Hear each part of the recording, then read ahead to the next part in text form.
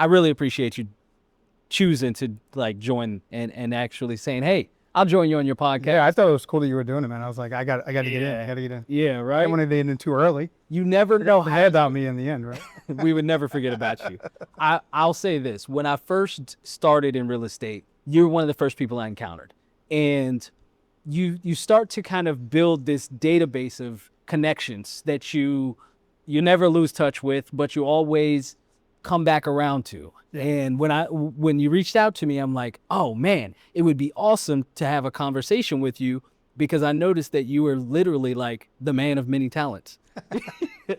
You've got all of this different stuff going on. So Yeah. I applaud you for it. I still don't know how you do it. And I don't know either. To be honest, I mean, some days I look back and I'm like, how did I do all that? But I do it all for my family.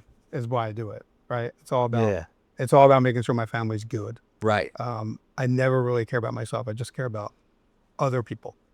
So that's just how I was brought up. And as we go through my journey, you'll realize that I was always a giving person more than a taking person. That's the way to be.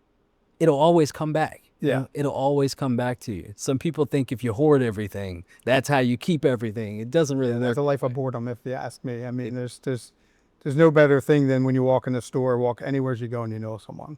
There you go. I forget where I was recently with my son, and out walks this guy. He's like, "Hey, Brian." We weren't even in the same state. I think we were in Indiana, wherever it was. And he's like, "Of course you know someone here, Dad." I was like, "Just by chance." He's like, "It's by chance everywhere you go." I was like, "Sorry."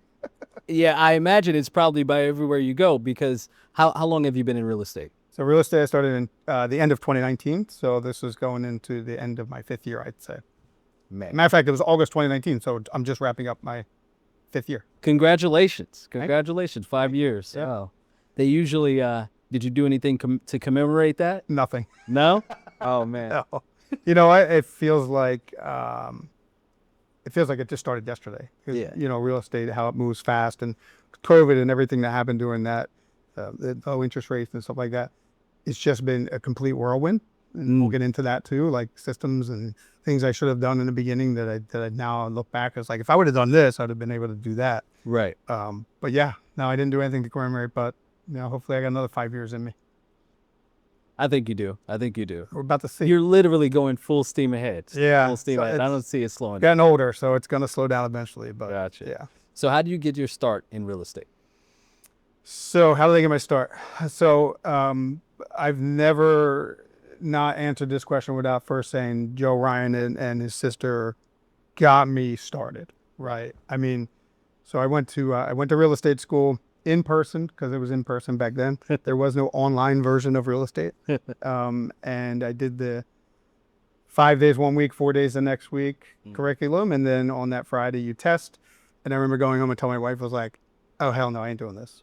She's like, what are you talking about? We spent 500 hours on the course. It wasn't free then either, right? We had to pay money. Wow. And then she says, why not? And I said, it's just the stuff in the class was boring to me. It was, meets and bounds and nothing about real estate. When you take that class, it's all about the laws and ethics, which is good stuff to know, but it just didn't interest me at all. So I studied so hard though. Every day I would come home, and my wife's a great wife, and we have 4 children.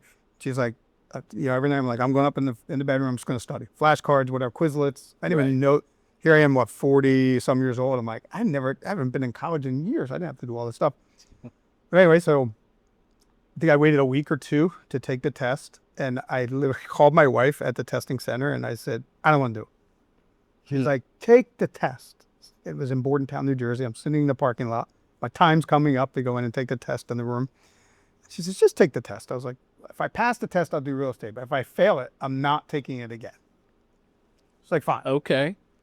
So I call her an hour later, whatever it was. I was like, I passed. And Of she was course like, you did. congratulations. Of course you passed. I was like, miserable that I passed. Yeah. Like, it's supposed to be a good thing, and I'm miserable. So I ended up interviewing, I won't say what brokerage, but I ended up interviewing another brokerage, right? Because as an agent, we're interviewing the brokerage. They're not interviewing us. Anyone will take you. They'll gladly have you on board. So I'm interviewing a brokerage there in Cherry Hill. It was not a KW office. And I sit down with this lady. She was the broker of record, and she's like ripping her hair out frantically, like on the phone, and blah, blah, blah. I was like, can I just ask you a question? She's like, yeah. I was like, am I bothering you? It's like, why would you ask that? I said, I know, I can't get a word in. Like, I'm trying to interview you, and you're talking to clients on the phone. She goes, this is real estate. I said, well, then real estate's not for me. And I got up and left. Right. Like real estate. I called my wife. It was June or May of 2019. I called my wife. I said, not doing it. She's like, what are you going to do? I said, I'll figure it out. I'm still, at the time, I was working for Verizon, and I had taken a buyout, and I had like 7 months to go before my buyout. And I technically didn't have to work for the next year. Okay. But I also knew if I didn't work for a year, it's very hard to get back to work, right? Yeah. And you know my drive. Yeah. So I was planning on just taking the year off. That was my plan. My wife's like, what's your plan? I was like, I'm going to take the year off that you want. Okay. Right. She didn't care. She would let me do it. But she's like, yeah, well, he won't take the year off. He's got too much energy. So August of 2019, my wife said to me, hey, have you given any more interest in real estate? It was a passive question, whatever. She wasn't like bugging or nagging. And I said, let me look a little further, into this thing, and went on Facebook, Monday night, Tuesday night, whatever it was, 9:30 at night. I was on Facebook like all of us do. And I see Joe Ryan post a message that he was the CEO of Keller Williams Morristown. Now I knew Joe throughout my life. My daughter and his son went to school together. From like very young, I think even probably preschool, all the way through high school. Oh, wow. So I knew of him. I knew he was a local realtor, right? He's always been a real estate guy. I just knew Joe as the realtor. If you wanted to buy or sell your house, you probably would call Joe, right? He was from Burlington. I'm from Burlington. Well, he's from Williamsboro, but his business was in Burlington. That's just the guy you call. Yeah. So I'm like, what is this CEO stuff? Like, what is this? So I'm like, well, if I'm trying to crack into real estate, there's a guy I can ask. Never thought to ask him. So I sent him a Facebook message, and I said, what is this CEO of Keller Williams Morristown? Like, what? He texted me back right away, and he's like, why do you ask? Typical Joe response. Why do you ask, right? Wants to see where you're coming from. Right. So I don't know. I went to real estate school. I took the test. I got this paper. I don't know what to do. He's like, come see me tomorrow morning. I think it was like 10 o'clock the next morning. He's like, come see me. Here's the address to the 513 South Noel Road, right? Because they were in a new building. Right. And I walked through the door, and Skylar was there. Remember Skylar? And Skylar was like, hey, and like, bubbly. And I was like, a ray of sunshine. Already, this place is drastically different from the place just down the street. Mm-hmm. Don't get too overwhelmed, Brian. See it through, right? So I think I met Liz. I don't know if I met Heather at the time, but I think she was working there, and the crew, Mary Jane. Okay. And then I think I was actually somebody maybe before Mary Jane. Can't remember, honestly. And that was probably her. Anyway, I go sit in Joe's office, and we sit down, and, Joe slumps back in the seat. He's like, what do you want to know? I'm like, what do I do? So he takes me through the whole process, handholds me. Okay. I couldn't wait to sign the paper. I was like, I said, I got it. Joe, I have to check with my wife. I don't do anything without her blessing, but I'm pretty sure I'm in. Yeah. And he said to me, we're not going to let you fail. We're not going to let you fail. And I was like, that other woman was like, not crazy, but just like erratic. Mm-hmm. This guy just sat down and wanted to talk real estate. Right. And tell me the way. Right. Right. Gave me their MREA mm-hmm. and said, this is the guidebook, which I'll be honest, I think I read it once halfway through, and I was like, all right, I'm good. I don't need any more of this millionaire stuff at the end because I'm not there yet. Yeah. So I signed up, and I started going to work right away. Mm-hmm. But I didn't want clients. I wanted to learn. Okay. So because I didn't necessarily need the income right away, right? So I was in class every day. It was a little better before COVID, before kind of like you started real estate, where a lot of people were in the office and they were in classes. Classes were packed all day long. Since COVID, people got into the Zoom. Oh, it's not going to be on Zoom. Well, I'm not going to come. That didn't exist. You had to go to the office to get the lesson. Right. I was in every class every single day, just learning and learning and learning and learning and learning. And then Amy Ryan asked me if I wanted to lead. And she's like, $90,000, small house in Camden, guys looking for. I was like, I'll do it. I think it was like 8 o'clock at night. I called the guy while she's on the phone. And after I hung up with the guy, secured the appointment, we're going to have to look at homes. I did do a buyer's agency agreement, even though they weren't needed back then. They were, you should get one, but I never used to get them. Right. And when I hung up the phone, he was like, well, damn, you're a natural.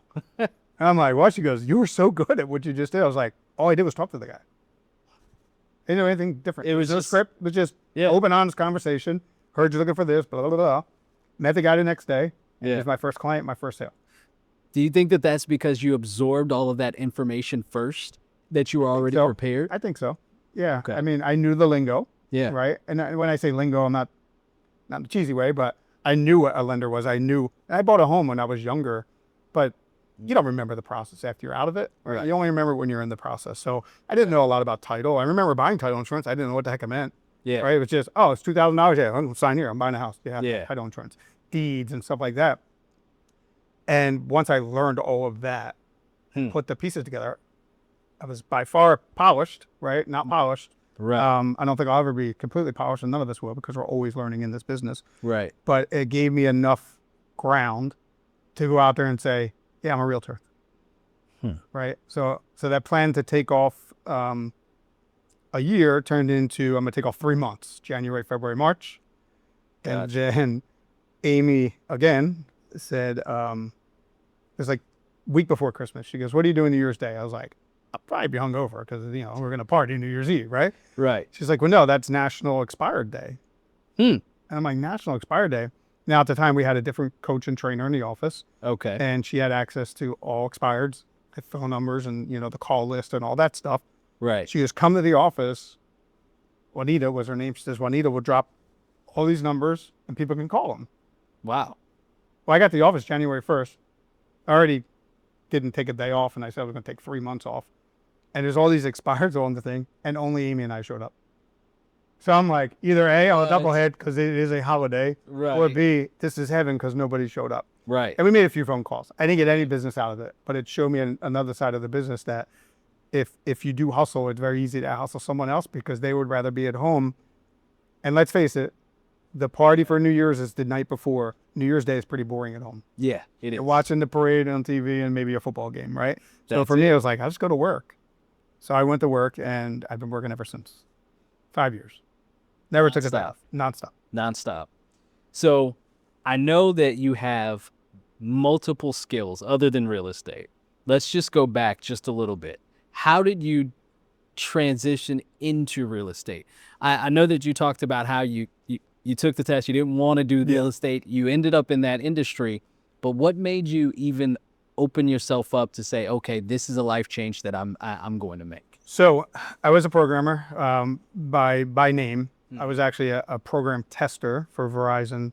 Started way back when it was Bell Atlantic and worked into Verizon. Okay. And my degree is in information technology. Got it. I have a bachelor's of science. So to be honest, this is going to sound crazy. And when I tell people this, like, no way. I literally Googled I think I was 44 at the time that I took my buyout from Verizon. It actually took them 2 years to get me out because I had to train multiple people before one stuck. Gotcha. And eventually they're like, the time is run out. You just have to go. They actually re-signed me 3 different times to stay there. Wow. So I was like, and at the time I was like, I want to go. Like, I want to be done with this because I know at one time it's just going to happen, right? And I'm going to get my severance and I'll be okay. So I literally Googled, I think it was 44 or 45 years old. What's a 45-year-old do with an IT degree that doesn't want to do IT anymore? Because I saw the writing on the wall. Most of the IT was going abroad. Yeah. And if I wasn't willing to move there or work for a company that was run in a different country, I was going to be on the outs. And I wasn't young, right? I was kind of at a pivotal point in my life where it's like, I should be winding down, not winding back up. Right. And something came up about real estate. And I was like, that's interesting. And I went to a party at my brother's house and I mentioned real estate and somebody said, you'd be really good at real estate. You talk to everybody. I was like, is real estate just talking to people? Which it's not, right? There's a lot more than that, as we know. We're 95% therapist, 5% real estate agent. But I just took it and ran with it. I was like, let me just try. Like I said, and my wife pushed a little bit. She's like, just take the test, just do this, just do that. Not kicking me in the butt, She didn't care what I did. She knew that I'd be okay. And I remember my brother saying after I got into real estate, he's like, when you told me you were leaving your job, I knew you'd land fine. He's like, you always do. You'll be just fine. Right. So those type of changes, they don't always go as planned though, right? No. I got 4 kids, right? So, wow. And I was quote unquote breadwinner, if that's a word anymore. Right. My wife was working for New Jersey Transit as a nurse and working that job because she liked it, not necessarily because they paid her what she should be paid as a nurse. And we were okay with that. She got good perks with the job. She was willing to work with me where I said, look, you're going to have to come back local and get a better job, which she did, you know, to supplement what I didn't know if I was going to make any money for a little while. Right. Thankfully, I landed on my feet. Thankfully. But it takes a village, right? It does. It takes your kids, it takes your wife, it takes your mom. You know, my dad passed away many years ago, but it takes your brother and everybody else to be like, keep going, man. Just keep going. Just keep going. Yeah. Kicking the can down the street, as they say, right? Were there times you wanted to quit? I want to quit every day. You know how it is. I do. Right? I do. It's a grind like no other. Right. Somebody actually told me I was at a networking event at Topgolf. And there was a guy there, a financial guy, and he asked me what I did. And I said, I'm a real estate. And he goes, dude, that's a grind. I was like, whatever, you know? But it is. It's a grind. It is. And the grind isn't, first of all, we're not digging ditches, right? We could be doing a lot harder work. Yeah. We don't need muscles for what we do. Some days we don't even have to get out of bed to do what we do, right? You can sit around the couch and you can do it kind of from anywhere, right? Right. Told you I'm going to San Diego tomorrow. Maybe we'll dive into some of that later. But I can do this job from San Diego. Just know it's 3 hours difference. Right. But it's a people grind. And when I say that, it's every transaction has its different states of emotional impact. And if you don't know how to let that go, it will bury you. That is very true. Yeah, very true. It will bury you. I actually had a conversation with someone in the office last year, and I think I actually said it out loud in a room that after last year, I was like, 2024 made me hate real estate because I had like 4 clients that were very, very tough to deal with. And I chose to work with them. Yeah. How? Yeah. And I knew all of them. But I didn't just happen to find them. I don't cold call, right? And stuff like that. A lot of mine, it's almost all from my sphere or past business. Right. Because I like to link people back to people. Right. And in those 3 or 4 that it was hard on me. It was very hard. Like last summer was brutal for me. And my wife saw it. She's like, why don't you go do something else? I was like, what? What am I going to do? You know? At the end of the day, I really do like helping people, right? Right. But there's not a day that goes by, and we talked about this off set when we were talking just a couple minutes ago, that your phone always rings at the most inopportune time. Yeah. That guy called me to see a house Thanksgiving night. Oh, wow. He's like, can you show me tomorrow? I was like, yeah, I'll show you tomorrow. Thank God you didn't ask me for tonight because I might have said something else. Right. He's like, I just happened to be in town. He ended up buying a house and it was a transaction, right? So we did make money, but it always happens at the wrong time. Now, Most inopportune time. but other agents will tell you, then just put your phone down. And some people are quite comfortable with that. I'm not. You know, I actually thought that there was something wrong with me because I'm not either. I'm not okay with completely setting my phone down and turning it off and saying, okay, I don't want to do this for, For 4 hours. Yeah, that's too long. So I'll tell you a quick story, Kash. This is where it all brought light to me that we're all the same, right? Yeah. Every year, about 10 of us from the office go up to New York City. Mm-hmm. We have a little boys' day, hang out, try to see World Trade Center, try to see some of the city. We end at Smith & Lewinsky's, and we come home. Right. So we're at a little local pub, and there's like, I think it was like 8 of us, 10 of us, whatever it was. We're sitting around a high top table, and I think it was Sam Lepore that said it, right? It was top producer, Sam Lepore. He says, everybody put their phone in the middle of the table. First guy to pick up the phone buys next drinks. Sam didn't last 30 seconds. Oh, man. He will tell you he loves his phone. There He lasts 30 seconds. There you and go. then as soon as he picked his up, everybody else went in and picked theirs up. Everybody else. So we're all the same. Yeah. We can't get away from it. Yeah. And it's there's a lot of wins, right? And there's a lot of losses. Yeah. It's just how you compartmentalize all that makes it go. I literally have 2 separate phones so that I could set my work phone down at about 8 o'clock. Because after 8 o'clock, you can text. I probably won't respond, but you can text. I'm not answering any calls. And I use my personal phone. But I'm still talking to family. Anybody who knows me personally, they know if you want to really reach me and you want to talk about anything deep or you want my time, contact me after 8 p.m. Yeah. That's the best separation that I can get. So the only separation sort of like that I get, this is going to sound twisted. Yeah. So I'm a Mac guy, right? Okay. I have my Mac computer, my Mac laptop, and my phone, my Apple iPhone. And you know the bar down the bottom where all your apps are on a Mac. Yeah. Well, messages is there.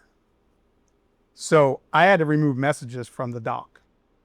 because every time a message would come, I'd stop doing this and go look at the Start doing this. Right. And then if it was 10 o'clock at night, I'm answering messages when I told my clients I'm done at 9. Mm-hmm. So I took it off my dock. Mm-hmm. And it's helped. It really has helped, especially if you just want to get something done. The phone goes over there on vibrate or do not disturb. Right. A lot of my clients will be like, hey, I called you once and it went right to voicemail. I was like, I'm sorry, I had to put on do not disturb. I have other clients as well. And they're receptive to it, right? Yeah. Yeah. But I had to take that off the dock. Right. And that's just like, right. really? But that's who we are as people. We think that somebody, I just went through Bold. Mm-hmm. And one of the biggest things that Molly, who was the coach there, she said, just remember this. There's no real estate emergencies. There's no real estate emergencies. Yeah. But we think every time we got to call that client back right away. Yeah. And, okay, so maybe somebody calls you and says, hey, I'm looking to sell my home, and you call them back an hour later, and they say, I'm sorry, I called someone else. It just wasn't your client. It wasn't meant to be. Fair enough. And it's probably for good reason that they went with someone else. That's very true. Because anyone that is usually in that much of a hurry. Well, they're making a quick, irrational decision, and it's going to be like that the whole transaction. Yeah. There you go. Yeah. There you go. Every time I have had a client they needed something right now, and that was the nature of the relationship, it turned out that they were spinning their wheels and they either had to slow down and let's really look at this, or they ended up saying, hey, I need this right now, need this right now, need this right now. And they did it. They ended up moving on to something completely different that they needed. Yeah. So it wasn't, you're right. They weren't ready. No, they weren't ready. They weren't ready. They were, and they're like, hurry up, move. And it's like, pump the brakes. This is a huge decision. Yeah. You're only going to do it once, twice, maybe 3 times in your life. I've only done it once. I've done it in 25 years. I'm only going to do it one more time when I retire and go. Right. So you better make it a clear, concise decision on things. Yeah. Because I don't want you to call me a week after closing going, man, what did you let me do? Right. I can't afford this place, right? It's like, well, and that's what you talked to your lender and he said you could, and you worked that out with him. Yeah. Told you it wasn't a good idea, and it's hard when you tell someone like you're making a bad decision and they go with it anyway. It's like, I wish you all the luck. Yeah. There's only so much that you can do. No can one's guide and advice, those type of things. So I know that you have way more life experience than we've already talked about now, but with the little bit that we've talked about, and feel free to, unveil some more, how does it help you with the clients that you have? How does it help you to connect with them and to help them through what they're going through? All right. So we're going to go all the way back now. All right. Take me back. Let's take you back. All right. So I was raised in a family of 4. That was me and my brother and I, and my mom and my dad. That was it. Right? Okay. We didn't have a ton of money. We did good. My dad worked at public service. My mom worked at stayed at home, and eventually she went back to work in the school system where she still works today. But my dad was a fireman. Okay. So my brother became a fireman. So I became a fireman, right? Okay. So that started my journey of give back. Gotcha. Right? My brother ended up being a police officer. Mm-hmm. I wanted to go to college. When I got out of college, and I'd already been a fireman. I was 16 when I started. I'm still into it at this point at 52. Mm-hmm. Running in and out of burning buildings, doing the whole thing, doing EMS, putting Band-Aids on people, taking people, rushing people to hospital, seeing people on the side of the road after accidents. Giving, right? You're always, hey, how can I help you? Can I let's get you to the hospital. How can I help you, sir? Well, my house is burning down. Let's go put the fire out, right? Right. Did that, graduated college, and I really contemplated, did I want to be a police officer like my brother, which I really did. I really wanted to be a police officer. I thought at the time, right? Because that was the trek that we were on. That's what we did. Became firemen, and most firemen became cops, and then later on, firemen again. And I decided that I went to college for an IT degree, and my parents paid for it. And I'm like, I could have been a police officer right out of high school. I didn't need this college degree. So let me interview, right? So I'm interviewing to be a police officer, and I'm interviewing different jobs out there. Right. The same week that I was on like interview number 2 for the police department. And if I had just interviewed out and passed a psych test, which I'm sure I could have passed, I was probably going to be hired, right? Gotcha. I was probably going to be hired. And I decided to not go to one of my interviews. I was like, I don't feel right. Like, I don't know.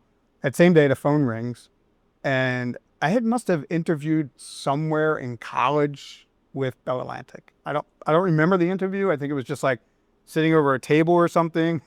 So they called me in for another formal interview here in 17th and Arch in Philadelphia.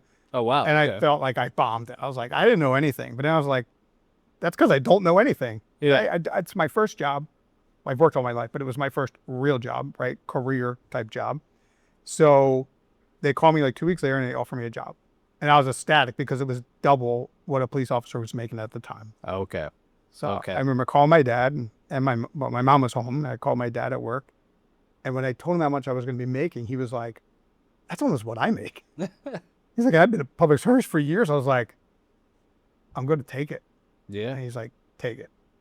Okay. So I continued on with the fire service, and at Verizon, I did 22 years. I'm not going to talk about any of that 22 years because it was just daily grind, right? 9 to 5, get up, do this, put widgets together, do that, go back to sleep, get up and do it again. There was nothing fun about the job at all.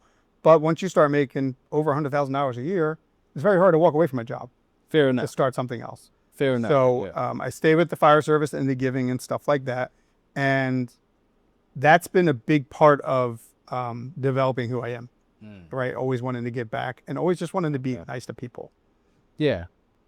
So it was essentially every career that you've had has been giving some type of service or the aptitudes or the gifts that you have personally. Yeah. So, and I think I kept on to that whole fire service and the EMS industry, even when I was working at Verizon, because Verizon wasn't a give back job. It was very much a give to the company job, right? You're just a worker, so you're just giving to the company. There was not too much volunteer stuff going on there, and not too much where you can give back to the community. A little bit, but not like it is now. Industry is different now. Everybody's volunteering. Everybody's giving back their time. But there was. I just needed an outlet. I needed a way to get away from Verizon and do something fun. I don't have a lot of hobbies. Yeah. I coached a lot of baseball. I coach a lot of softball, and I coach a lot of football. My only daughter that plays sports now plays field hockey, and I don't coach field hockey. So I don't really have any hobbies. Got you. So my hobby is to work. Understand. Not just here. I have a couple other jobs as well, and we can talk about it if you want. But this working is my hobby. It really is. And if you can give back during your hobby, well, then all the better. So. Yeah. That's actually beautiful when you think about it, because a lot of people, they want to take their time. They want to take their time and go do something else with it. And what you're saying is that is what you want to do with your spare time, is something extra that. And not just real estate. Yeah. Working in general. Yeah. Right? I have 4 other jobs. 5 other jobs. I wowed you with that one, didn't I? Yeah. 5 other 6 jobs total. Okay. 6 jobs. So here we go. Real estate. What's next? Tech trainer. Okay. All right. Yes. The emergency squad and fire company is now just an emergency squad. We don't do fire service. Okay. I do all their IT work. Okay. I'm also their CFL. Oh, wow. All right. Okay. I've been with the Philadelphia Eagles for 20 years doing security. Okay. And I work for a company called CDT doing drug testing for Major League Baseball. Wow. 6 jobs. 6 jobs. All right. They're my hobbies. They get me away from this craziness.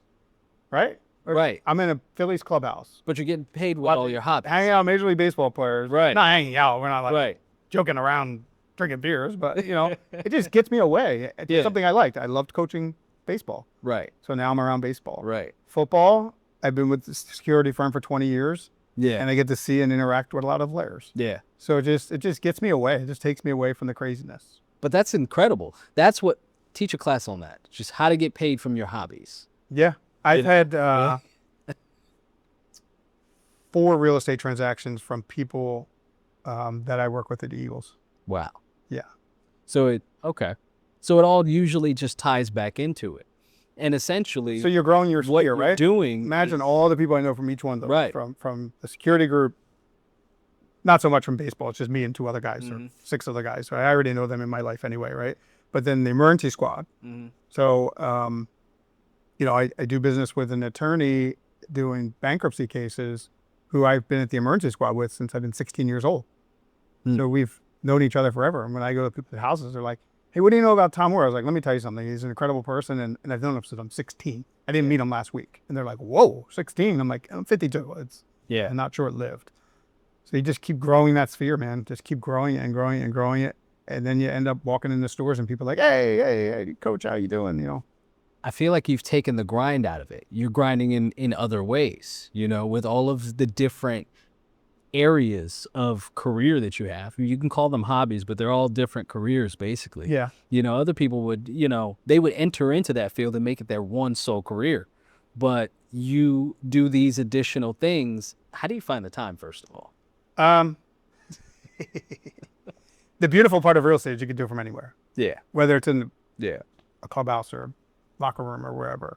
So you can still answer your phone, right? Got you. I work a lot. Yeah. I work a lot. I work 7 days a week. Now, I love in real estate. It's like, oh my God, I'm working 80 hours a week. No, you're not. I'm not either.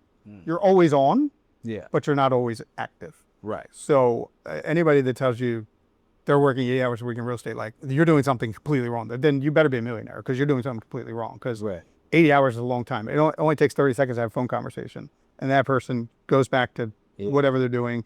And maybe, you know, you're calling your admin to make sure your paperwork's done, stuff like that. Right. So there is a tremendous amount of downtime. And we talked about earlier, in the downtime is when your phone tends to ring more, right? It's hard to get a vacation in this business, really, really hard to get a vacation. It is. I had to fire a client 2 years ago why I did take a vacation because she said, how dare you take a vacation? I'm like, wait a minute. I don't need you in my life, right? That's a beautiful thing when you get to fire someone.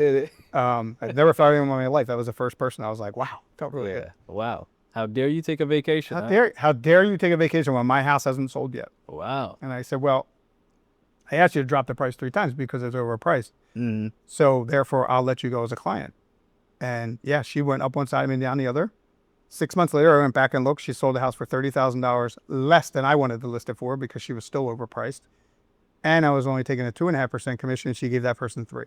I'm like, you lost thousands of dollars by getting mad at me. Yeah.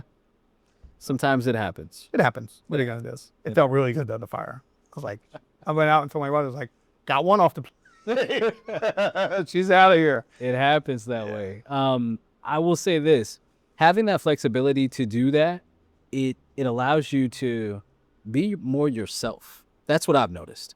And it seems like you've really just been able to make the most of who you are. Yeah, I don't change. Yeah. What you see is what you get, right? We talk a little bit about scripting, you know, in casual conversation earlier, and I'm like, this is my script. I don't have a script. I'm not reading from a prompter.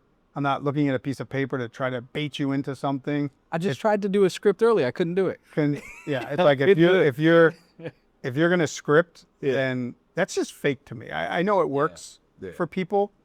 It doesn't work for me. It doesn't work I don't want to sound robotic. I'm just who I am. Take me or leave me, right? As they say, you are who you are. Right. That's a good thing to be. It sounds like you're really just, I'll put it this way. So I was having a conversation and me and another realtor, we were talking about how to make the most of ourselves. And we're really, let's call it a mastermind. We get together and we just talk about various different problems and how to solve them and things like that. But it feels like this would be cracking the code on that. This would be how to make the most of who you are. Because like you said, you get business through some of your other like jobs, some of your other careers and things like that. For sure. So it's like it just makes more of who you are. And real estate kind of just sits in the center. It does. It does. Yeah. But it is the most frustrating part in that center, right? It really is because it's so demanding. Yeah. But when you said you ever want to quit, it's like yesterday, probably tomorrow. Would I quit? Probably not. You know, I got too many people relying on me. I think you would quit, and then all of a sudden, people wouldn't want you to sell their house, would need help. People would call. Yeah, you would have to go back. Hey, so if you go on vacation, you're more busy. Maybe I should quit. Yeah, I'll get another 10 million. Right. It'll work that way. Yeah. Of course, like, you can't quit. I was just sharing with someone else. Like, oh, okay, perfect. Oh man. So, have you ever had a time period in your life that you had to wipe the slate clean, start all over? Any hard resets? Thankfully, no. That's good. I've been with my wife since I was 18. Wow. Congratulations to both of you. Thank you. We're celebrating our 25th wedding anniversary this year. We have 4 children, a 21-year-old that's, I told you, on her way. Actually, she's at grad school now. I can't say on her way. They're in San Diego, my wife and her. Yeah. I have a 19-year-old son that works right now at Six Flags. I have a 17-year-old senior boy who is going to graduate this year. Yeah. Just got his driver's license, driving his own car, doing his thing. I can't believe he's that grown already. And then I look at little sister, who's now going to be a freshman in high school. I was like, oh my God. Oh, wow. Like, where did the time go? Yeah. But literally, I really didn't. My wife wanted 4 children. Mm-hmm. I really didn't want any children. Max 2. Okay. But I wasn't like, I don't know. We got married in 2000. I was like, I don't know about kids. And then this little thing called 9/11 happened. Yeah. And unfortunately or fortunately, I went to 9/11 as a first responder. And it changed my outlook on a ton of stuff. Okay. You go in. Like what? Well, you see firemen sitting on chairs, sleeping, not willing to leave because their brothers and sisters just perished in that fire, right? And it changes your perspective on things that when I came home, it was not much longer after that I decided to tell my wife, I think we ought to start having children. Okay. To leave a legacy. Okay. Right? Can't do it ourselves. No. We were just grinding, just working like we do now. Right. And that really changed my perspective on a lot. Yeah. 9/11 still hits hard for me. It really does. And I wasn't there long. I was only there for about 6 hours because we realized there's nothing we could do. We should probably go back and help our own people. Right. You know, back at home.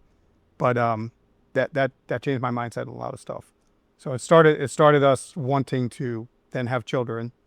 And from that day till now, it's been like a whirlwind, right? You start and then you're camping and then you're doing sports and then you're trying to get in vacations and you're doing more sports. And tomorrow I fly out to San Diego to see my daughter at law school. And it all started from there. Wow. Yep.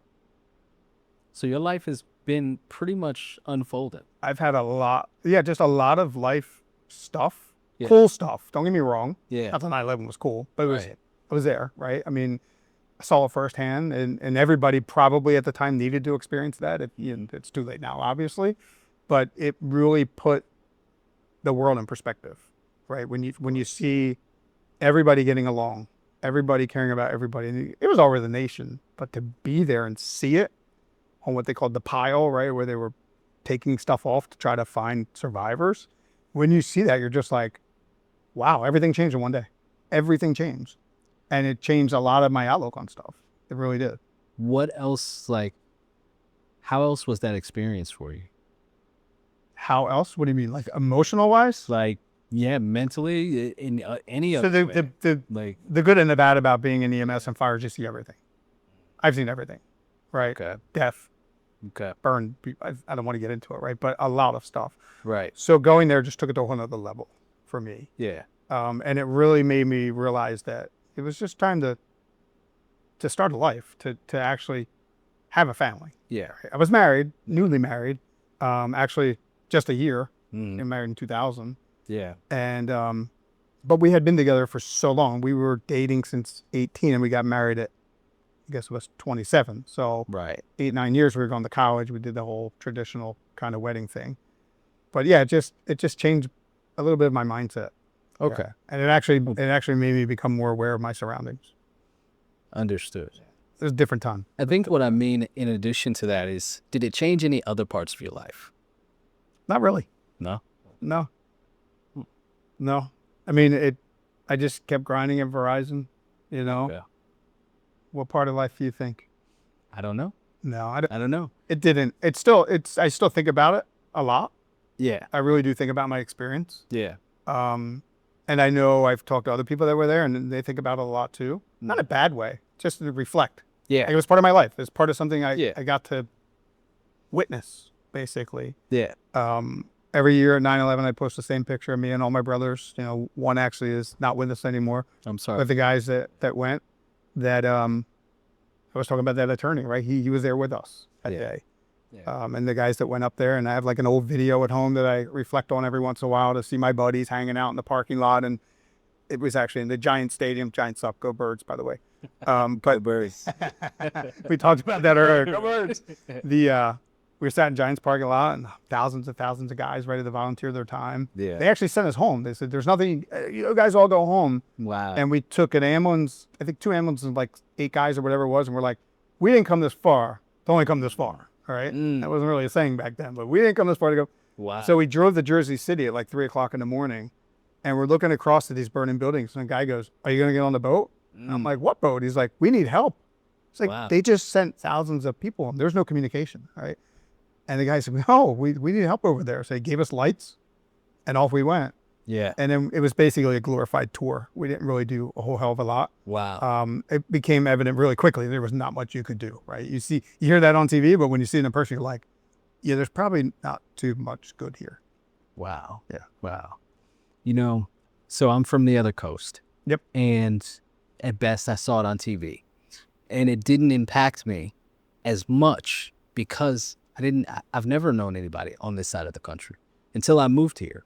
And I was also a teenager. You know, it was something that was impactful to the point where it was just something scary that happened. Well, it's kind of like the California fires last year, right? Earlier this year. All right, it happened, but it was so far away. I know it was devastating. Yeah. I know a lot of people lost a lot of stuff. Yeah. But if it doesn't happen around you, Exactly. you're going to go right back to your daily routine quickly. But they say that when you experience something, emotional circumstances, they change you the most drastically, and it's the hardest thing to reverse. Yeah. And from just what you're telling me, just from you sharing like how your life progressed, it's almost like I'm kind of watching the after effect of that. And yeah, I know you said that you wanted children and you decided to, build your family from there. But it also seems like you extended yourself and decided, I'm not leaving anything on the table. Like I'm going to pursue this and this and this all at the same time. Yeah. Yeah, that's fair to say. So some people, they wait until they're done doing this and then they go do this. Yeah. And they kind of live a more linear life, but yours is really expansive. Yeah, in some respects, I agree with that. It's interesting because yesterday, if you asked me 2 days ago if I was ever going to San Diego, I'd be like, I have no interest in going to San Diego. Even though my daughter's out there, I love the kid to death. Yeah. I just had no interest in going to California or San Diego. Oh, man. And as I watched my daughter prepare, she worked really, really hard. Obviously, I told you, she got into school called Cal Western, and she's going for free. So she worked really hard to get to where she is, and I'm super proud of her. Right. I know I don't tell her enough because she's tough like me. Yeah. She's really tough like me, which is great. Yeah. Because I know she's going to be a superstar. Not that I'm a superstar, but she can only get better than me. Right. And when she asked who was going to take her, I was like, your mom. And I saw she was a little torn up about it. I was like, listen, I just can't get away from my business, right? I use my business as a crutch. And it is hard to get away from your business. It is. But yesterday morning, as I'm sitting there watching them pack our bags and everything, I was like, why aren't you going on this trip? Because of business? They only get one time to do this, right? Yeah. Yeah. So she has no idea tomorrow when I show up. I'm a video. I'm put it on Facebook, I promise. She has no idea. She thought our last goodbye was, not our last goodbye, but our goodbye was at the airport yesterday. And we cried just a little bit, not much. Neither one of us. We held strong. No. I ended up going to work at the Eagles right after because I needed some outlet, right? I actually planned the time of their flight based around I knew I was going to go to the Eagles and get it off my mind. Okay. And then I bought the tickets. I looked at my wife and she's like, finally. Yeah. And I said, finally what? She goes, finally, you're just going to live life. Oh, yeah. Because I'm from that coast. So I will tell you, once you get there, you're going to want to move. You might not come back. I've talked to I talked to a couple of baseball players. Yeah. And I most recently talked to a football player, all about the same thing. And they're like, San Diego, say goodbye to your daughter. And I was like, don't say that. They're like, I'm just telling you the truth. Too much sun, too much fun. It's paradise. Feels good. It feels good. 75 and sunny every day isn't bad. Feels good. I'm telling you.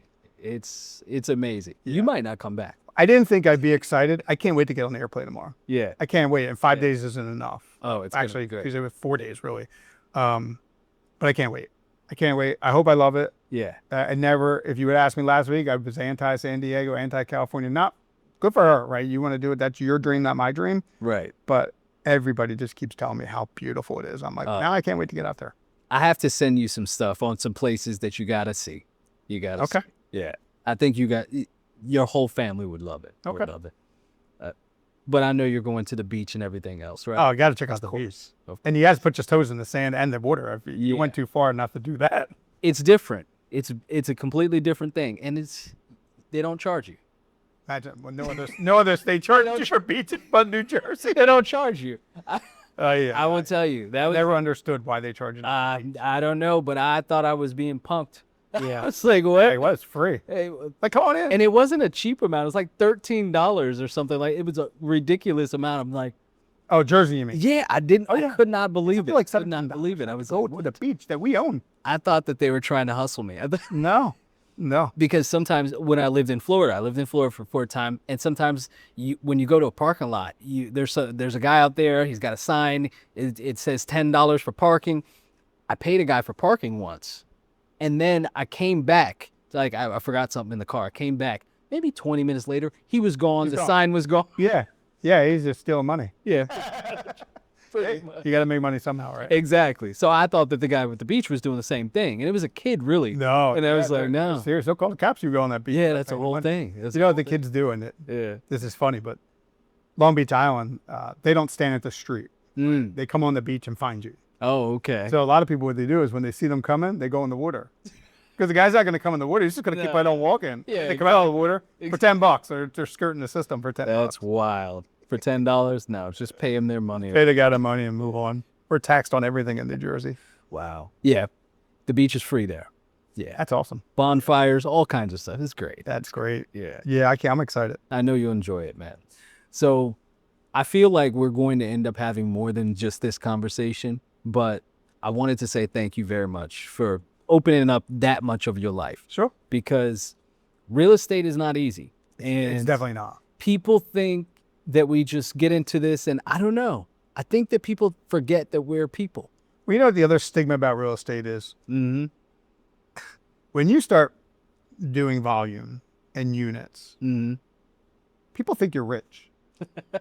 They do. I hear it all the time. Oh, you're a real estate. You must have a ton of money. I was like, there's expenses in real estate. Yeah. Right? Number one, taxes are a huge burden in real estate. Right. Systems, paying someone to do your paperwork, I pay for pictures for all my sellers and don't ask for a dollar back because I want my portfolio to be professional with my guy, right? Because if you say it's $500 or $300 for pictures, they're going to go, I got a guy to do it for $200. Well, I don't necessarily want your guy. I know my guy's going to deliver on the goods, right? Yeah. So that's a huge stigma. We're not rich. No. You're living an honest life. You're living an honest life. I drive an F-150. I'm not driving a Porsche. Right. And that's the other thing where younger agents come into the business. I saw this a lot when I was really hanging at the office early in my career a lot. I would see agents that were new and didn't ever really have a career before. They didn't understand saving. They didn't have families. They were just a kid, right? Yeah. And they got that first check. And 2 days later, they had a brand new car. And I'm like, cool, you got a car. When's your next check? Right. What do you mean? Do you have any more closings? No. Did you pay your rent? Did you pay your water bill? No, you went out and bought a BMW. How are you going to make the payments on that thing if you don't have more money coming in? Right. And that's what I love about Keller Williams, because they'll call you out on that stuff. You know, maybe not looking at your car or something, but it's like, stop focusing on the one little shiny object when you need 10 balls in the air in case 3 fall. Yeah. You know? Yeah. And it's tough to tell newbies or youngsters that, and it's not typically the older newbie who has already lived the life experience and gets it. Yeah. It's the younger folks that come in and think this is so easy, right? I'm just going to sell a house, make 10 grand. That 10 grand gets sliced and diced 7 different ways. And you walk away with an honest paycheck at the end of the day. Pretty much. Yep. It is it's more than, I would say, other jobs in the sales industry, but it is not enough to just sit back and just service one client a year. Eat up every day and go, it's just going to windfall on me. Yeah, it doesn't work that way. But the outside world kind of sees it as that way because they see big numbers. But that's probably why you're so great at it, because you are serving your clients, you're serving people. Yes. I'll jump through hoops for my clients. I put in permits for them. Yeah. I'll do whatever it takes. Yeah. You know, if I walk in their house and something's unpermitted, I'm like, first thing we're going to do is get the permits. Right. You know, they're like, well, we can wait. I'm like, no, we're not going to wait because that'll hold us up later on. Like, stuff like that. You know, I've cleaned out homes before. Wow. I went to one of my first listings ever, and it was the night before, and I'm like, I was over there to sign documents. I was dressed decently, right? Nice. And I went over and I was like, hey, you're supposed to be moving tomorrow. Right. There's a moving truck out front. Who's moving the contents of the house? She goes, oh, me and him. Whole house we emptied out that night. Wow. My wife's called me, where are you? I was like, I'm going to be about 5 hours. We have to empty this house out. I was not letting my first listing not close on time. Right. And we emptied the whole house out. Wow. Yeah. Sometimes you have to do it. Sometimes you have to do it. And you have to be willing to. A lot of agents won't do that stuff, right? They'll be like, I am not doing that. It's like, okay, but that's fine. That client's still going to close with you. But are they going to recommend you? Are they going to go, hey, this guy went over the top. I'm not saying he's going to do it for you, because he's good. Now I'm more educated to be like, don't be that person. Make sure we have things lined up. Get a mover. Right. I don't know how many. I just have one that moved to Florida, and they're like, wow, that was a lot of stuff to move. I'm like, get a mover, guys. It's heavy stuff. It's hard. You have so much more stuff than you can ever realize in your house. Yeah. Just pay for the mover. Yeah. You know, and we have a great mover. So you pay for the mover, and I know it takes away some of the money that you made on your house. But why do you want to put yourself through the pain of moving your stuff? You're not a mover. Yeah. You're not a mover. It's the easiest way to go. And in the end, you'll look back, so glad that we got this. So glad we got this. So glad that we did this. Like, Get the right mover. Don't get the wrong mover, because I'll hold you hostage. Right. But if you get the right mover, call me. I'll recommend one to you. If you get the right mover, it'll go silky smooth. So right. good. Yeah. Right. So what would you say are the biggest wins that you've had in your career? This career, Mm-hmm. growing every year. Okay. I have one setback here. I think in 20, I'm going to mess these numbers up. I think in 2020, my first year, I did 4.5 million in volume. Wow. Okay. But then in 2021, I regressed to like 3.8 million. Okay. Then in 22, 23, I hovered around 5 to 6. Okay. And then last year I hit 10. Congratulations. Thank you. Yeah. That's awesome. That's awesome. And this year I'm trending back towards 10, maybe 11. Maybe 11. That's even And better. I gotta be honest, that's a sweet spot. Anything more than that, you need help. Well, And the not same people transactional don't help. buy houses every year. So this is Referral, all referral. So, you know? hey, Yeah. if you know someone in your family, make sure you let them know I did you a good service. I've had so many people called like, you don't know me. I was referred by this person. And I love that, because I'm like, oh, okay, Steve referred them. So now if they're giving me a hard time, I can call them like, why did you ever refer me that person, right? That's why I like to tie them back, because I know if they're coming from a good person, they're probably a good person too. Yeah. Yeah. So I try to maintain my business that way. I've had a few. I just had one client last year, or actually earlier this year, that I listed their house to sell. I met her at an open house. She wanted to buy another house. One of my first clients I didn't know. I go in their house. It's in Crosswicks in Bordentown. I'm looking around. I was like, why are you moving? She's like, what do you mean? I was like, your house is gorgeous. Pool in the backyard, the whole thing. Right. Here, they had underlying circumstances I didn't know about at the time. We put the house on the market. We went under contract with someone, and they pulled the plug when the other guy got an attorney, and then they pulled it off the market. And I was a little bit upset, because I put some skin in the game, right? Right. They did pay me for pictures. That's always the caveat. Like, if you're going to pull it, I do whatever you reimburse for the pictures that I'm paying for. But just this past year, they called me back, and I did sell their house. Nice. And it wasn't the outcome they wanted. They were actually going through a messy divorce, but they always remember me. And when they both called me separately and said, we always said when we sell our house, you were going to be the guy to do it. I didn't know that from anybody. But even though I was mad that we didn't sell the house and I didn't get the commission, it's not always about the money. No. Right? Treat them right, they'll come back. So I treated them right, and they remembered me. I remember it was like December of this past year, December 2024. I get an email from her. I need a CMA in my house. I'm like, light bulb, what the heck's going on? I was like, I need to come out. When I came out, she explained to me what's going on. She was like, you're going to sell my house. I was like, okay. Yeah. So if you treat them right, don't get mad at them. It's not no. No. It's what? Not now. Yeah. It's not now. Not now. They don't always I need like your that. service. Yeah. For the most part, every time you experience a client, you are showing up to help them in a portion of their life. Of course. A big portion. A big portion. Now, with these moments that you show up for, have you ever found yourself just not being able to serve them well? Thankfully, no. Okay. But I also feel like I'm a chameleon. Okay. There's not too many fires you can throw me in. That's not a fireman thing, right? But not too many fires or situations you could throw me into where I can't find my way out. I have such a diverse group of friends, and I can get along with anybody. I really can. Okay. The worst of the people and the best of the people and everybody in between. Yeah. Color doesn't matter. Yeah. Age doesn't matter. Female, male doesn't matter.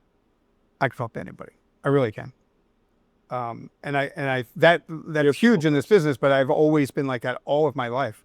My mom used to call me the reporter. Send a reporter. I'll tell you what's going on. I come back with the whole scoop. I go ask all the neighbors, what's going on over there? And they can tell me, and I go report it back. Yeah. I was always just into that. Right? Yeah. Always just wanted to know what makes people tick. Okay. So you've always been a people person. You've always my whole life. Yeah.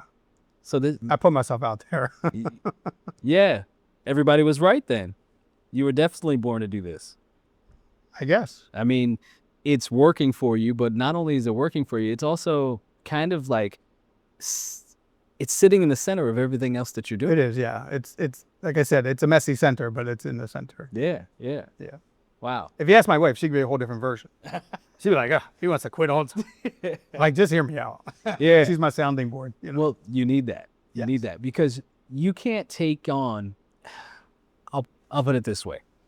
There are so many times where you take on things from other people and you need a place to decompress. You got to get rid of it. You can't hold on to it. You hold on to it, you'll end up sour. It's too much. You can't hold on to it. It's almost like a therapist. They can't hold on to all of the things they take in. Yeah, they got to purge it. And we encounter people in real estate that are going through situations. It's not always happy. It's not always husband and wife going to buy their next biggest house or the first house. It's not always. A lot of stuff in between. There's a lot in between. Bankruptcies, I've done 4 or 5. Yeah. 4, I guess. Messy. Bad stuff's happening on the other side, right? Wow. Okay. And I'm the guy out on the street talking to them. Although I'm not necessarily selling the house for them. I'm actually selling it for the attorney. Right. But I have to go to the person's house. I don't know what their situation is. I kind of know. I don't know how they're going to respond to me when I get there. Right. I've had a couple, they're like, get out. And I go back a different day. Yeah. And they're like, I have to come in, Yeah. And I've had a couple where they're like, well, I had a young lady in Toms River and she was going through it. And I sat on her couch. She couldn't have been any nicer. And I said, 5 minutes in the conversation, I said, I just have to thank you for something. And she says, what? I said, you're super nice to me. Yeah. And she goes, why wouldn't I be? I said, most people are going through bankruptcies, it's hard on you. I said, and I'm the guy that's getting ready to sell your house. And it's not necessarily for you, it's for an attorney. And she goes, Brian, I put myself in this position. I'm like, thank the Lord, because that's kind of like what I've been trying to tell other people. Like, I'm only here as part of the process. I didn't get you here. Yeah. But not everybody sees it that way. So you don't know what you're walking into sometimes. Nobody wants accountability knocking on. No. Nobody wants that. Yeah, it's tough out there. It's tough out there. But and the thing is, sometimes the circumstances, they get away from you. They just do. Listen, COVID was a huge impact on people's lives, and I get it. And I think when people are going through foreclosure or whatever they're going through, it's not fair. Right. I get it. And everybody has a reason, and I get that it's not fair. But I'm just trying to help you get out of it. Right. Get on to the next best thing in your life. And get through it. Yeah. I'm not here to make it more miserable for you. Would you say that those are the more complex circumstances in which somebody would want to... Yeah, because now they're selling their house and they're not necessarily getting anything out of it. And they were told when they bought a home, it was going to gain in value and you're going to have more money when you're done. That was the reason for buying. Well, one of them. I mean, shelter is the real reason. But the other reason is, hey, don't rent, buy, because you're just paying down somebody else's mortgage when you rent versus you own the home and you build this equity. And then when you cash out, there's a windfall of some sort. It could be $5,000. It could be $500,000. Right. Right. So now they got into a situation where they can't make their payments and the bank's like, we're just going to take it from you and your equity. And that's it, And so that's all they've got. I've had a lot of conversations with folks that I knew that were personally in foreclosure and sat down at the table and they're utterly embarrassed. I'm like, there's nothing to be embarrassed about. It happens to people every day. Yeah. And I'm not here to tell your business to anyone. This is a business relationship, even though I'm your friend. Right. Let me help you get your equity out before they sell it. And I've had more say no than yes. And then I come back a year later and I'm like, what happened to your house? Oh, the sheriff took it. But you had $200,000 in equity. I didn't get any of that money. Well, I tried. Yeah. Yeah, I tried to get it. Yeah. They don't want to sell your house. They want you to get rid of your house because when the courts take on your house, it's a burden on them. Yeah. Yeah. Right. Now they got to sign an attorney and the attorney's going to go through the foreclosure process. Then they may have to send the sheriffs out to get you out of the house. They're going to give you 10 days to do this. And then when they know that you're selling it, you're going to destroy it. So now they got to rebuild it. They'd rather you sell and get your equity out of it Yeah. But it's a shame game, right? They're like, I'm ashamed. No one knows. Are you more ashamed when my sign goes on the front and you just say I'm moving, or when a sticker goes on the store that says sheriff do not enter? Right. Right. And most people choose sheriff goes on the door and do not enter. And I'm like, I wonder why that's the choice they choose. I just don't think, I think they always feel like it's never going to happen. Is it pride? No, I think they feel like it's never going to happen. That guy's never going to come take my house. They're coming. Yeah. Just a matter of when. That's what I think it is. Okay. And then you get so deep into your thoughts, and then you never call the real estate agent back because now it's pride. Yeah. I told you so. Yeah. I told you so. And I'm Yeah. like, I know I told you so. Yeah. Because it's just the process. I'm not smarter than anybody else. It's the process. This is how it's going to happen. Lay it out in front of them. They're like, nah, not going to happen. Comes a red sticker. And then once they say go, you got to go. yeah, there's no going back after You that. got 10 minutes to get your stuff out. You got Pretty go. much. Pretty Yeah. much.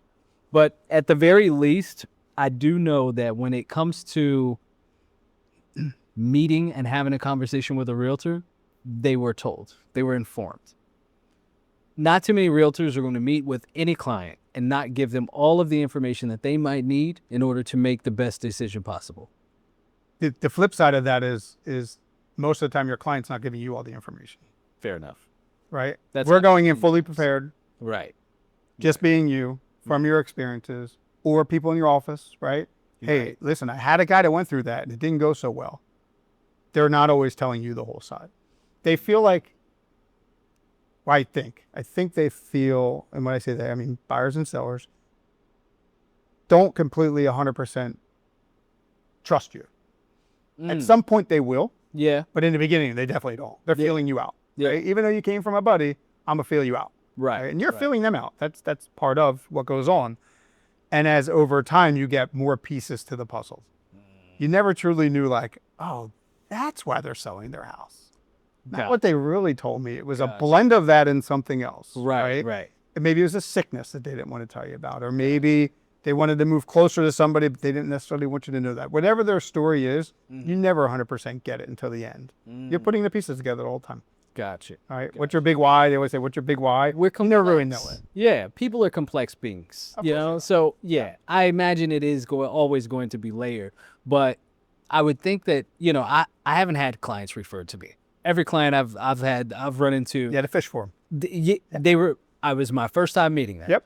But when you have a client referred to you, I just automatically assume that they were a lot more open in everything else. And I'm not going to say all or not. Right? Yeah, yeah. There's a blend of everything. Right. That's the other beauty of real estate is there is a hodgepodge of everything in real estate from, right. and I'll sell. I'll help someone purchase a $90,000 house or a $5 million house. I don't care. Yeah. Right? It's all about smile on the face.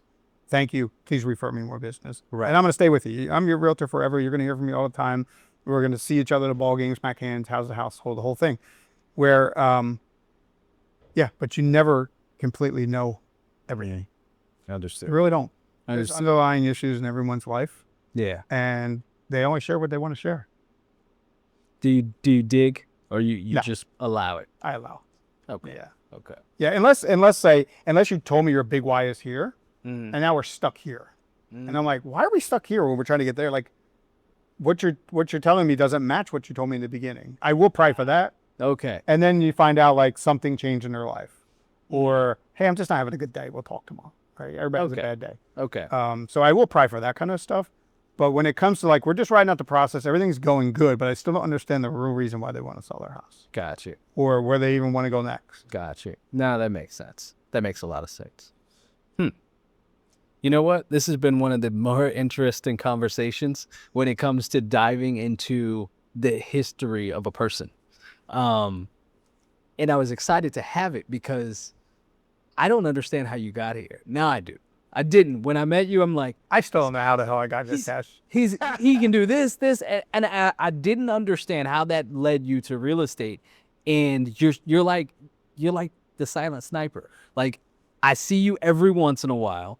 I see you online, probably more often than I see you in person. Yeah. But there's always something going on the market.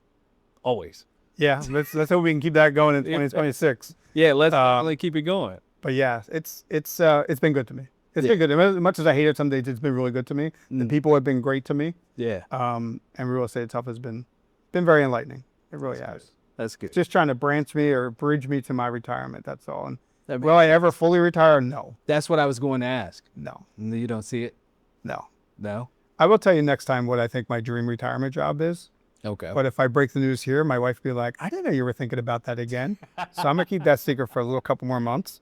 But that's what we were going to ask is what's unfolded for you in the future? You'll see soon. Okay. Yeah. I'm 52. By the time I'm 60, I'd like to be done. Got it. I do have a 401k, which is nice. Got it. But it's not enough that I wouldn't have to work the rest of my life.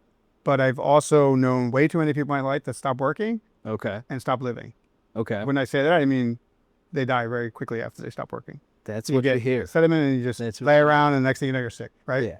So, I will always have some sort of job. Might not be real estate. Might be a blend of real estate, maybe some coaching in there. I loved coaching. Yeah. You, right? Yeah. Coaching. Yeah. I really did like doing that. It was, again, now you're not dealing with buyers and sellers. Now you're dealing with agents. Right. So there's just a whole different number of phone calls coming for different reasons. But to get you guys across the finish line for coaching was the best. Yeah. It was the best because you're like, that's my first one, man. I remember my first one. Yeah. And I wasn't like, oh, it's the first one. It was $90,000. I didn't make much money, right? Right. I would split the people and everything else. But I just remember every person saying, it was either easy or hard. Yeah. Roadblocks or no roadblocks. Most have roadblocks because you're new. Yeah. And newer people are getting not so good clients, right? You're getting low-end clients that are tough. Yeah. $200,000 sales are a whole lot more complex than $900,000 sale every day of the week. And to get people to the finish line on that was like, you did it. Right. You did it. Right. But what was also great for Jimmy and I when we did it was to make sure you kept doing it. Mm-hmm. Like, all right, cool. You got this one transaction. What are you going to do? Stare at that for 45 days till it closes? What's behind you? Right. You got to keep going. You got to keep going. I love that. Right. That blended my football, baseball, softball coaching to agents. So you were able to add that sports methodology onto it to keep everything driving forward. Yep. Got it. But I think I'm in a next career blend more of my IT and my security background. So we'll see. We'll see. Okay. Now I'm going to be thinking about that. The next time we sit down, I want to hear about it. I have a plan. Hopefully you're ready to release that because when I tell my wife, she's going to be like, you haven't talked about that in a very long time, A. And B, you swore you'd never go back there. So I'll just leave a little tidbit for that. Okay. We'll leave it at that. Thank you so much, Brian. I appreciate you sitting down with me, man. I appreciate you. Yeah. Yeah, you're doing great too. Man. Congratulations to you. I'm excited. This type of conversation, it allows me to learn. I learn a lot just from experiencing you guys, but also just it feels like real estate is about more than just the transactions. Oh God, yeah. It's about the people. It's about the realtor. It's about more than just that. And you just proved it. With everything that you just shared today, it lets me know that you can just be yourself. Just be yourself. And you know what? If you're, and I'm going to be quite honest with you. Yeah. If you're being yourself and it's not working out, that's okay. That just means this isn't the career for you. There's millions of other careers out there.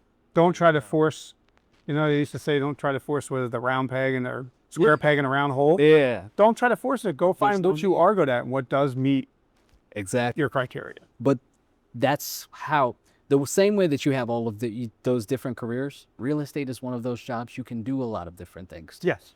Yes, you can take it like this. Yes, exactly. Yes. Yeah. And I can see me at some point, Kash, before I'm done with real estate, if I ever am done with real estate, not doing the grind every day, right? I'm a knucklehead for not starting a team 5 years ago, 4 years ago, 3 years ago, whatever. I should have started a team. And now I'm like, I don't even know if I ever start a team.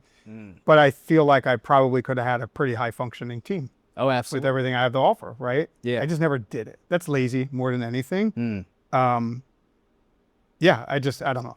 If you ever decide to, I think it would be very successful. Yeah. Very successful. It would turn it more into a 9-to-5, which I think I'm kind of good with.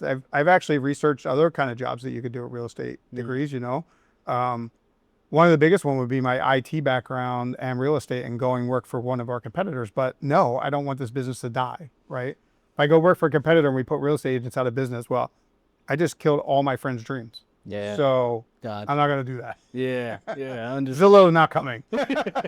Understood. But I think because you have an IT background, you would really be able to optimize some things that would put you way ahead of the game. Yeah. Way ahead of the game. Yeah. When I left Verizon, they were just starting to get into the kind of landscape there is now with the way that they code things.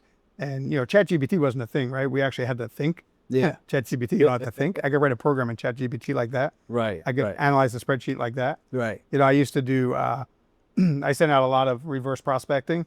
And when I send it out, I used to go through spreadsheets and highlight and remove duplicates. And I put it in ChatGPT and it does it in 35 seconds. It saves me like 10 minutes of work.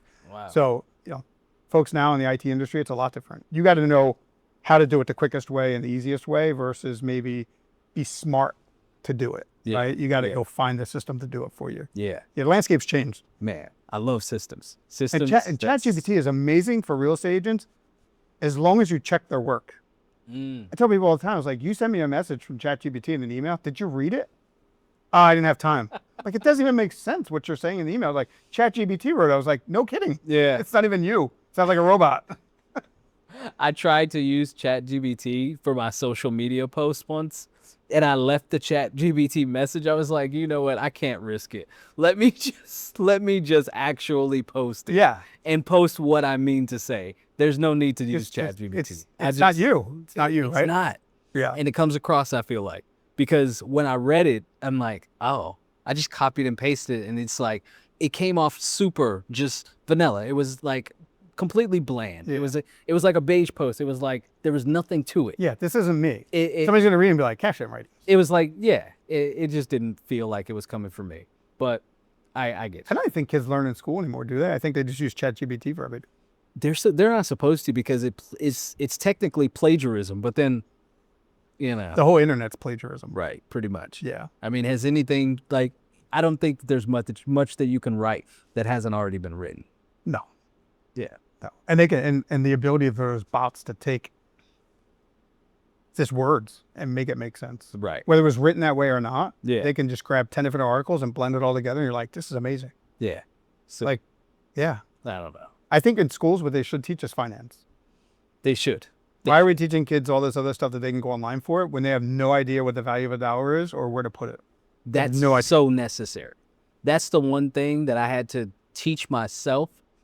And unfortunately, in my life, I made a lot of money, lost a lot of money, made a lot of money, and then realized, oh, what am I doing? Really need to learn finance. So like 4 kids, right? Yeah. None of them come out with any financial wisdom from school. No.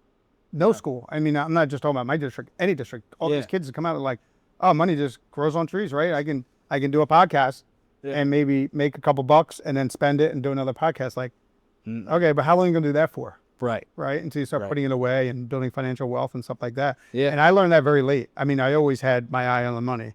My wife will tell you that. That's why she said it's finally time you're going to live. But I never built other streams of income because I was just at 9 to 5 in Verizon. Right. And I still haven't done it in real estate. I should have bought 5 properties by now. I haven't bought any, but that's because I'm so busy. Right. That makes sense. If I could just take 6 months and go buy properties, I could probably do a pretty good job at it. Maybe that's the future. I don't know. Maybe. That's not the future I'm talking about, but maybe that's okay. So see, now you've thrown a curveball. Now there's 2 potential futures. I mean, that could just be a side hustle. It could be anywhere. It's another whatever it is, it's probably going to have other things around it. 7th job.